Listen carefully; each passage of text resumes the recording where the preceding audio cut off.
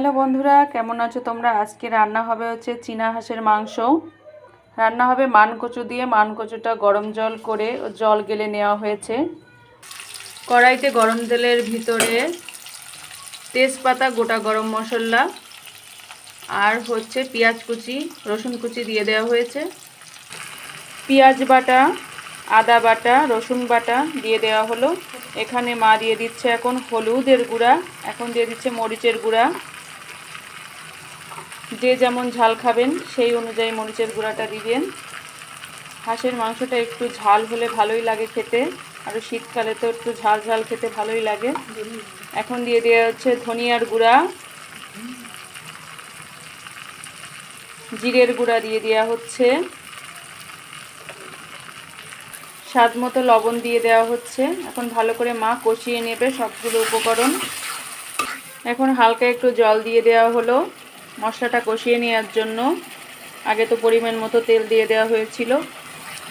মশলাটা কষিয়ে নিয়েছে মা, এখন দিয়ে দিচ্ছে মাংসগুলোর সঙ্গে ভালো করে মশলাটা কষিয়ে নেবে। মশলার সঙ্গে মাংসটা কষিয়ে নিচ্ছে। এখন কিছু সময়ের জন্য ঢেকে দেওয়া হচ্ছে। মাংসটা 5 মিনিটের জন্য ঢেকে দেওয়া হবে। 5 মিনিট হয়ে গেছে। এখন ঢাকনাটা সরিয়ে আবার নেড়ে নিচ্ছি মাংসটা যেন লেগে না যায়। মাংসটা আবার মা 15 মিনিটের জন্য ঢেকে দিচ্ছে। ঢাকনাটা সরিয়ে নিল মা, এখন ভালো করে আবার নেড়ে দিবে। কষানো হয়ে গেছে মাংসটা, এবার মানকচুটা ঢেলে দেওয়া হচ্ছে।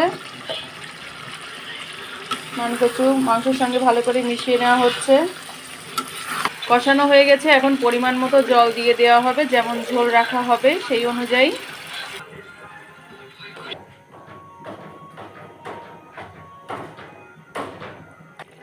মাংসের ঝোলটা ফুটে উঠেছে, খুব সুন্দর একটা গন্ধ বেরিয়েছে। আমার মায়ের হাতের রান্না খুবই সুস্বাদু। যে খেয়েছে একবার সে বারবার খেতে চাইছে। সবাই আমাদের বাসায় চলে আসেন, আমার মায়ের হাতের রান্না খেয়ে যান।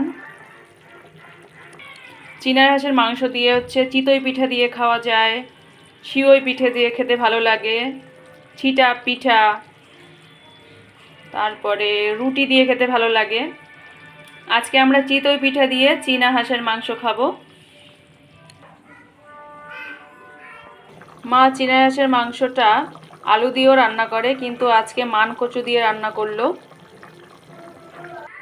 মাংসটা হয়ে গেছে, এখন গরম মশলার গুঁড়োটা ছড়িয়ে দেওয়া হচ্ছে।